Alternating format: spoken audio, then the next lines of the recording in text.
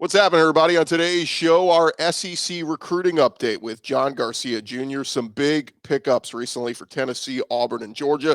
Also, some guys starting to trim down their list of schools. We'll tell you who those guys are. Locked on SEC starts right now. Are Locked On SEC, your daily podcast on the Southeastern Conference. Part of the Locked On Podcast Network, your team every day.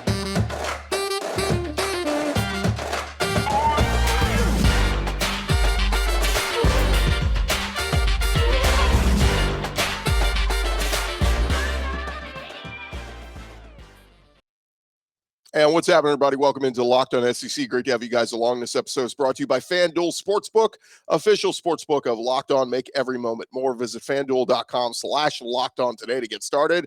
I'm Chris Goree. Thanks for making Locked On SEC your first listen every day. Remember, Locked On SEC is free and available on all platforms, including YouTube and at LockedOnSEC.com. All right, let's dive right into it. We love catching up with this guy. He is our recruiting insider. He is John Garcia Jr. Give him a follow on Twitter at John Garcia_Jr.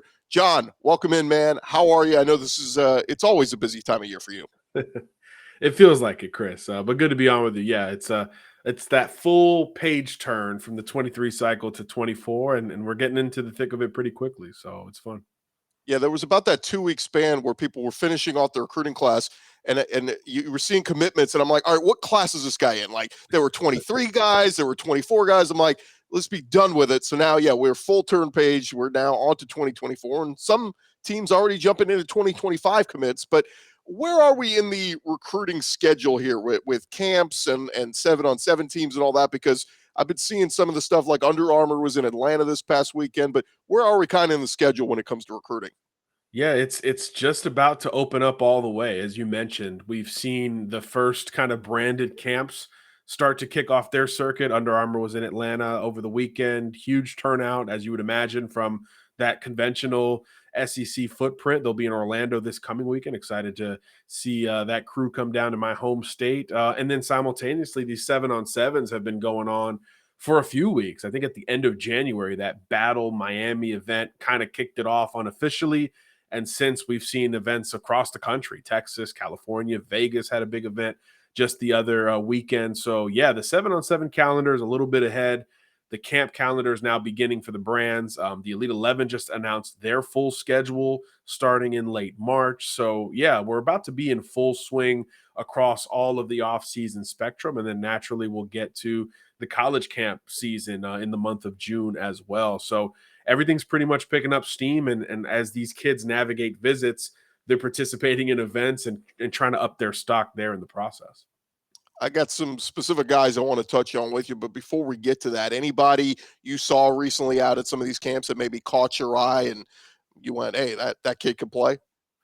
Yeah, absolutely. You know, I was at that Battle Miami event to kick off the calendar, and there were a bevy of prospects that really stole the show. I think the guy who's doing it at every single turn is Jeremiah Smith, the South Floridian wide receiver, committed to Ohio State, but everybody is trying to change his mind, whether it's, the local Miami Hurricanes, certainly Florida State, up into Georgia, Alabama, everybody else trying to get involved with Jeremiah Smith. He's been kind of the class of the 2024 crop that I've seen thus far. And he just, I think, ran a top 5 200-meter time, to supplement some of the game-breaking receiver stuff that we've seen from him.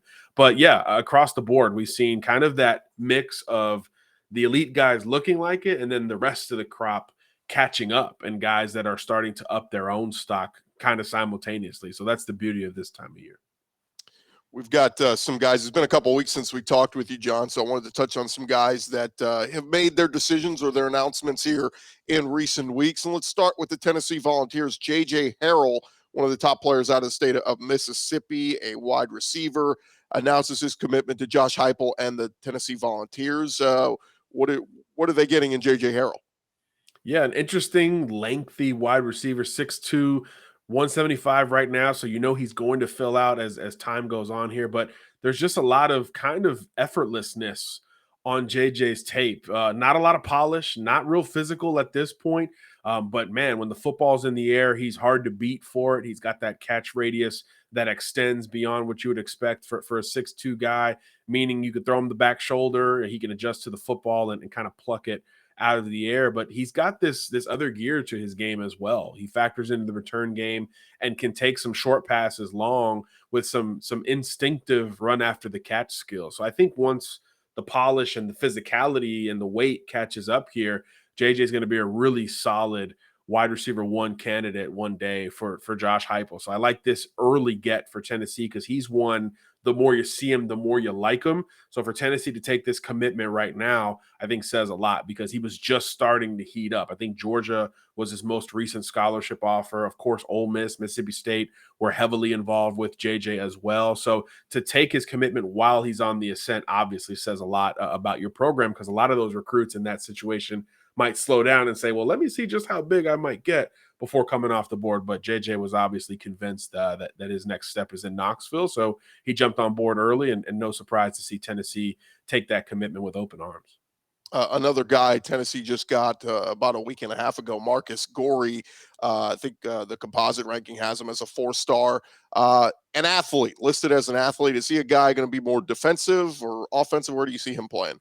Yeah, two-way guy on Friday nights in the state of Tennessee. But, man, I really like his defensive stuff. I think when you are versatile and instinctive on that side of the ball, it's kind of a separator as opposed to what you might be offensively if X, Y, and Z kind of lines up. But, defensively, Goree he's an aggressive, instinctive kind of glue guy. Maybe not elite at any one thing, but he can play deep coverage. He can certainly fill the alley. And he's got that two-way twitch where he can cover a slot receiver or maybe a running back out of the backfield all the same. So at 6 foot 180 or so, you like that skill set with the possibility of adding more weight and kind of strengthening a strength, allowing him to be a versatile inside cover guy, whether that's a safety or nickel spot down the line. Obviously, in this day and age, you need as many of those guys as you can get.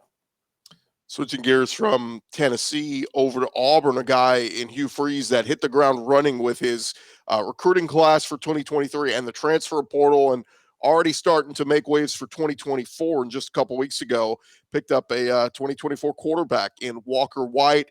Auburn fans ecstatic about this kid. Number one player from Arkansas, I believe. But what do you like about Walker White? Yeah, huge get for Hugh Freeze and company. A recruitment that is a long one. Typically, those don't go to the brand new coaches at their new posts, right?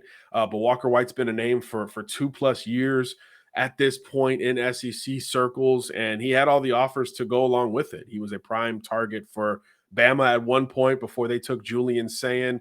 Ole Miss was really the favorite for Walker in the fall, taking a bunch of visits there to Oxford. And, of course, he's the number one player in Arkansas, as you mentioned. So surely the Razorbacks wanted him on board. But really his recruitment was kind of up and down after the season, and he played patient and allowed some of these new coaching staffs to pitch him, and he really embraced those scholarship offers, obviously Auburn being one of them. And it took one visit to the Plains to connect with Hugh Freeze, and he wanted to align himself along with his family with that new Auburn head coach. And you can't blame him, right? He's a dual threat, big physical player right now who can do it all with his arm and supplement there with his legs. It's why he, in my opinion, is a top 10 quarterback in the class, and maybe is an ascending top 10 quarterback type in this class. So you understand why Auburn fans are really excited about this, especially considering last cycle, they didn't really hit the portal at the position as well as we thought. They did everything else better than we expected, but maybe not that quarterback through the portal. So a little bit of, if you had to nitpick a disappointment, it would have been that. So to answer with a top 10 blue chip type quarterback right after the portal season winds down, I think is pretty much ideal for Auburn, not only positionally and filling what's always a need, but now he's going to kind of be the foundation of your recruiting class, and he can help be an extension of that coaching staff and bring other guys to Auburn. And he's been very vocal about that since committing. So big on the field and potentially in this class. Yeah, you have to love, or at least he has to like that coaching staff. A few Freeze and Philip Montgomery, a former coach, head coach, who big offensive minds there that can help mold him, and we'll see what happens down the road there. We're going to get to more with John Garcia Jr. in just a second, so hang tight, John. But first, want to remind our listeners, this episode is presented by our friends over at FanDuel. We just hit the midway point in the NBA season, and now is the perfect time to download FanDuel, America's #1 sportsbook, because new customers get a no-sweat first bet up to $1,000 as bonus bets back if your first bet doesn't win. Just download the FanDuel Sportsbook app. It's safe, secure, super easy to use. You can bet on everything from the money line, point scores, three-pointers drained. We know the tournament is coming up. Wink, wink, hint, hint. You know what tournament I'm talking about. And you want to get in on the action, and FanDuel has got all of it there for you. They let you even combine bets for a chance at a bigger payout with the same game parlay. Don't miss your chance to get your no sweat first bet up to $1,000 in bonus bets when you go to FanDuel.com/lockedon. That's FanDuel.com/lockedon to learn more. Make every moment more with FanDuel, an official sports betting partner of the NBA.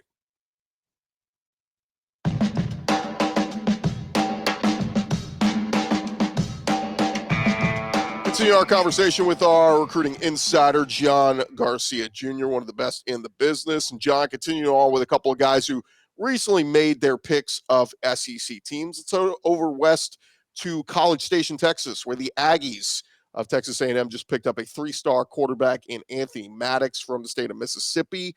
What are the Aggies getting in Maddox? Another guy who is just starting to scratch the surface. We talk about the Walker Whites of the world that have been established quarterback names for multiple years.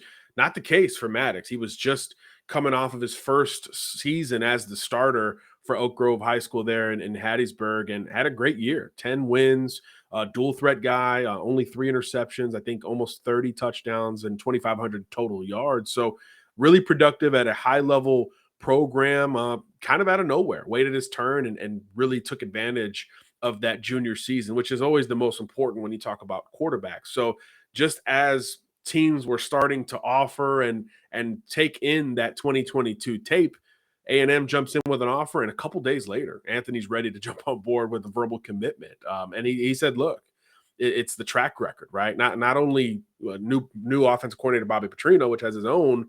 You're talking Jimbo Fisher going back to the FSU days. You know, they brought up E.J. Manuel and Jameis Winston, of course, as first-round draft picks, and obviously a Heisman winner thrown in there on top of it. So that combination was something that they thought would be hard to pass up. But what's interesting here about Maddox is that, like we said, folks are just starting to hear about him just a little bit more, and other schools are kind of like, hey, well, maybe give us a visit anyway. We didn't get a chance to recruit you. So they are going to take some visits here going forward. So while it's a good get for Texas A&M and certainly you bet on your own evaluation at the right time, and it was reciprocated by Maddox and his family, now Tennessee and Georgia, a couple other schools are circling the wagons just a little bit more now. So kind of both ends of the spectrum of taking a quarterback like that very early when he profiles well, right? His dad played in the NFL. His dad's also on the coaching staff there. He's got a younger brother who's a blue chip D-line recruit in the 2025 class. So there's a lot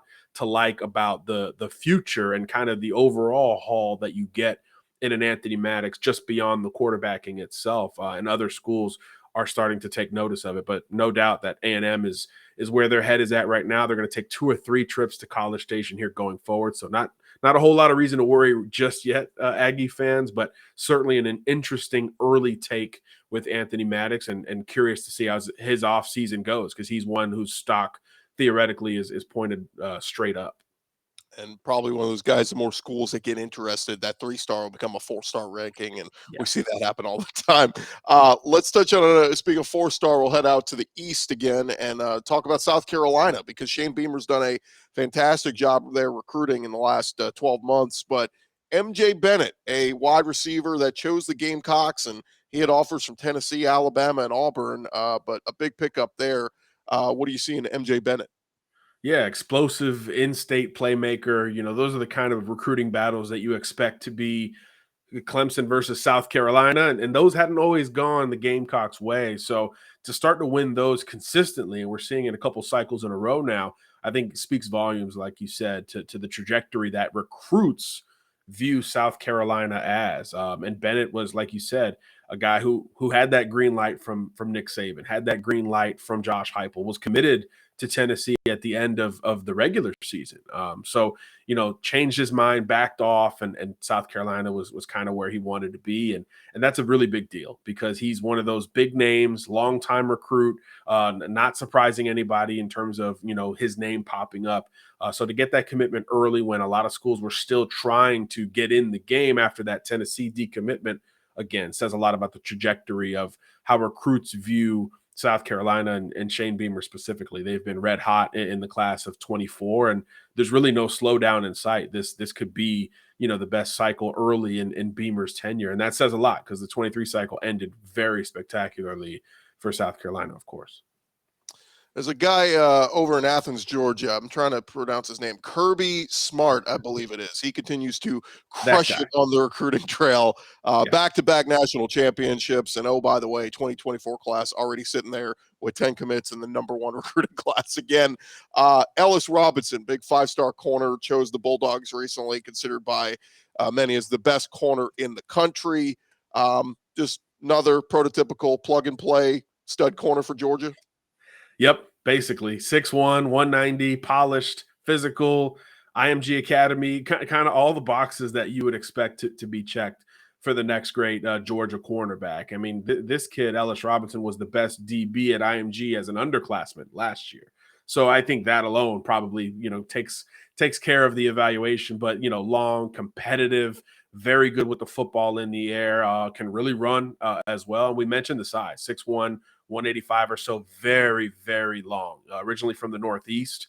And that's one of the areas where Georgia kind of struck gold with Fran Brown. I remember when he was hired a couple of years ago, a lot of Georgia fans were like, okay, a Northeast guy, DB coach, does that kind of add up? And since then, Fran Brown has been money, not only on the recruiting trail, but obviously from a developmental standpoint. He's been an ace in the hole for Georgia, and you don't get Ellis Robinson without Fran Brown. Bama was heavily involved, a bunch of other schools, Florida, LSU, very heavily involved in this recruitment, and Georgia surged. So again, I really like the timing of some of these decisions, because when you're winning blue chip battles in the early offseason, when you're still answering questions about your future team, your future coaching staff, and so many other variables that could push recruiting to the wayside, to still go out and win those battles says a lot about your program and about your head coach. And that's, Kirby Smart and recruiting is always going to be a part of his day-to-day. So Robinson is a huge get, easy headliner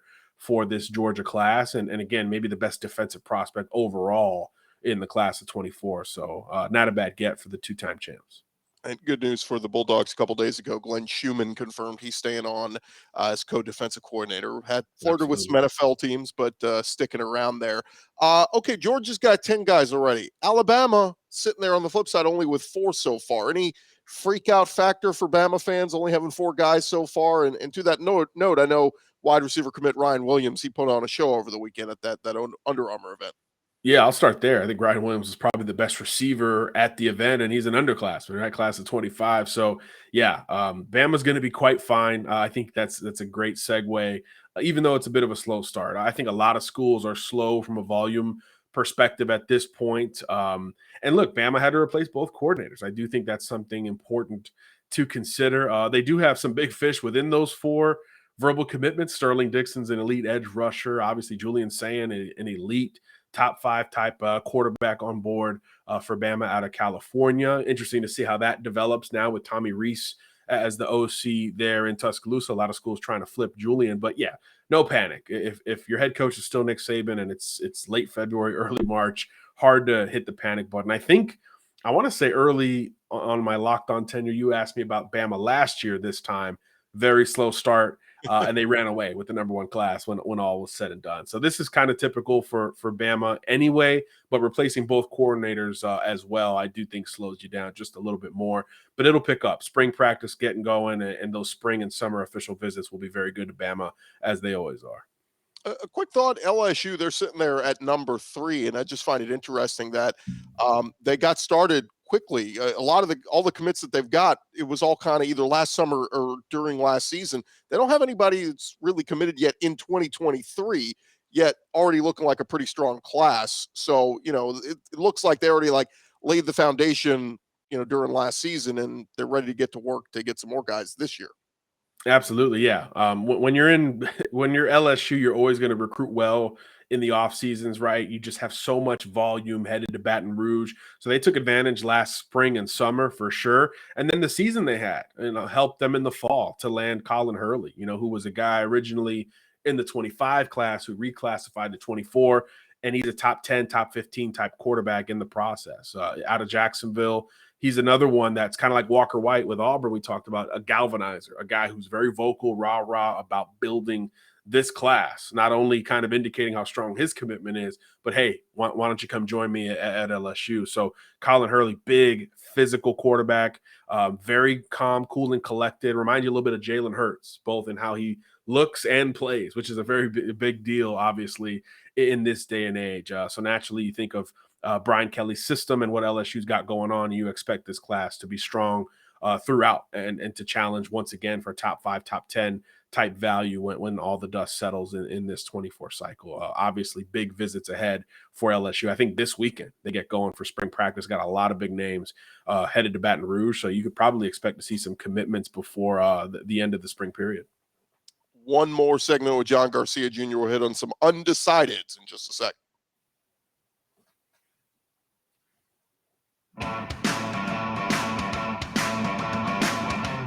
Continue on with our buddy John Garcia Jr. talking all things recruiting around the SEC. All right, let's hit on some of the big names, John, who are names that are out there. They're starting to trim down their list and just kind of where you think those guys are right now. Let's start with Demello Jones out of the state of Georgia, big-time athlete, and he's basically got half the SEC on his list right now. What are you hearing about Demello Jones? Yeah, big, impressive athlete, like you said, two-way guy. I think a lot of folks are starting to think of him on defense in particular. Again, if you've got all these great traits and the size to go along with it, a lot of schools are going to campaign for you to do so defensively. Naturally, he's a guy that we just talked about, Fran Brown. He's another guy that Fran Brown is kind of latched on to. So I do think Georgia is in a good spot at this point. But like you said, the rest of the SEC heavy here, Bama, Auburn as well. I think North Carolina is kind of an interesting ACC threat to this verbal commitment. So we'll see how that goes down. But naturally, an in-state kid that Georgia wants in the secondary, tough to beat. And, unless it's Nick Saban and it's a 1-to-1 or a 1v1 there, it's really hard for anyone else to come in and win that type of recruitment. So till I hear otherwise, I'm going to think Demello Jones has a good opportunity to stay in state and play for the Bulldogs and join Ellis Robinson and then all of a sudden really strong secondary. 4-star athlete Aaron Butler. He's cut his list down to 5 schools, and lo and behold, Alabama and Georgia right in there. He's a California kid, right? And ranked in the top 100 player class.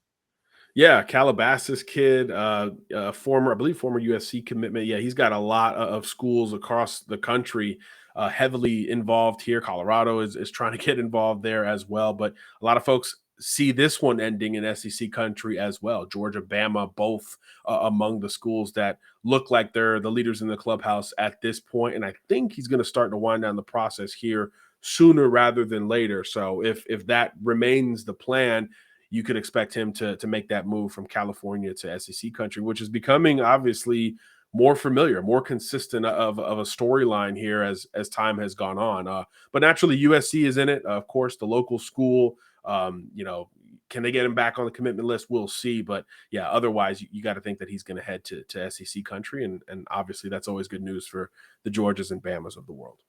It was just a couple years ago. We had a ton of quarterbacks in the SEC from California, like Bryce Young and Matt Corral, among others. Speaking of quarterbacks, the big one, the 5-star quarterback, Dylan Raiola, #1 player in the country, according to some services, offers from Bama, Georgia, Texas, Texas A&M, everybody. But some people thinking maybe Georgia ends up landing him. Is this a guy who's going to kind of take this process and kind of look at all options and take his time? Yeah, I think he will. He was, of course, committed to Ohio State, I believe, in the fall, backed off of that to the surprise of a lot of folks, early in the new year and really reset. But it was right around the time that Matt Rule got the Nebraska gig, and Dylan's got all of these family ties to the Cornhuskers. He was back there this past weekend. I know the basketball fans were like chanting his name. It kind of went viral. So definitely the biggest fish out there at the quarterback position and maybe overall in the 24 class. But no disrespect to Nebraska, a lot of folks feel like Georgia's been in the driver's seat here for quite some time. Obviously, as we talked about earlier with Bama changing coordinator, same deal for Georgia, although it was an in-house promotion with Mike Bobo, with Todd Monken off to the NFL. So not as drastic a change maybe as going to Tommy Rees from Notre Dame. So I do think that Georgia's still in a good spot, but that door maybe is slightly more open for other schools. So Nebraska, again, the family feel that will tug at Raiola throughout this process. His dad, his uncle, so many people have ties to the Cornhuskers. And then there's USC, right? I think if there's any position where you feel like USC will go out and compete with anybody, anywhere, anytime, it's for quarterbacks under Lincoln Riley. And certainly they've zeroed in on Dylan Raiola. So that's never a school to overlook at this point, or really any point of the quarterback talent acquisition process. So yeah, Georgia, USC, maybe Nebraska at this point. It does look like Ohio State is totally out at this point. So this isn't a reset and consider everybody's situation. This is kind of a move on situation from Dylan Raiola. So really those three schools are at the forefront. But as you said, Chris, with his talent and his offer list, a lot of schools are trying to circle back here. So the longer the recruitment extends, the more of a puncher's chance a lot of schools are going to feel like they have. And he's not afraid to take some visits. So we'll see what that calendar looks like. But yeah, right now, Georgia, USC, Nebraska, probably in that order. Yeah, if Lincoln Riley keeps putting out Heisman Trophy winners, it's hard to argue with quarterbacks wanting to go play with him. Last one I have for you, four-star corner Jaden Allen. I see recently just decommitted from Texas. He's had offers from Alabama, LSU, and a few other SEC schools. Any chance Jaden Allen ends up in SEC country? Well, he could have if he stayed with Texas for sure, technically. But yeah, that one was a bit surprising to see him back off of his commitment at this point. As you mentioned, heavy offer list here. And I get the sense that he's going to do two things: take a bunch of visits, right? Because the dead period is ending literally in a couple hours as we record this thing. And a lot of kids are going to hit the road heavy to take in some of these spring practices happening across the country. And of course, in April, spring games themselves. And then you wonder who else tries to join this race and circle back to this commitment, blue chip type, big defensive back prospect that a lot of folks can use. So curious to see who starts to push now that he's back on the market. But yeah, a lot of SEC programs are involved. And I think Texas is going to try to stay in this fight there as well. So curious to see if it's a total reset and how long he's going to take to move the process forward. But I would expect a lot of visits in between either way. John, great stuff as always, man. As we wrap up here, let everybody know where they could find your stuff. Well, thankfully, Chris, you got me covered. My Twitter's right there on the screen, John Garcia _JR. We talk ball at every single level, so come hang out. And maybe an announcement coming soon with some other stuff in the works. Hopefully, we're working towards something. Very, very humbling part of my career here, but it's been a blast. It's been a blast to talk recruiting here with the Locked On crew. So yeah, hopefully some news soon. Definitely stay tuned. We'll leave the mystery there. John, thanks so much for the time, man. We'll talk to you again real soon. Thanks, Chris. All right, that's John Garcia Jr., of course. Give him a follow at John Garcia _Jr., one of the best in the business when it comes to recruiting. Thank you guys so much for making Locked On SEC your first listen every day. Make sure you go check out our brand new podcast, Locked On College Basketball, everything you need to know about college hoops, all in one place. Hear from some big-name experts, insiders, coaches, and players. Locked On College Basketball, available on YouTube or wherever you get your podcasts. I'm Chris Goree. This has been Locked On SEC. We'll talk to you guys tomorrow.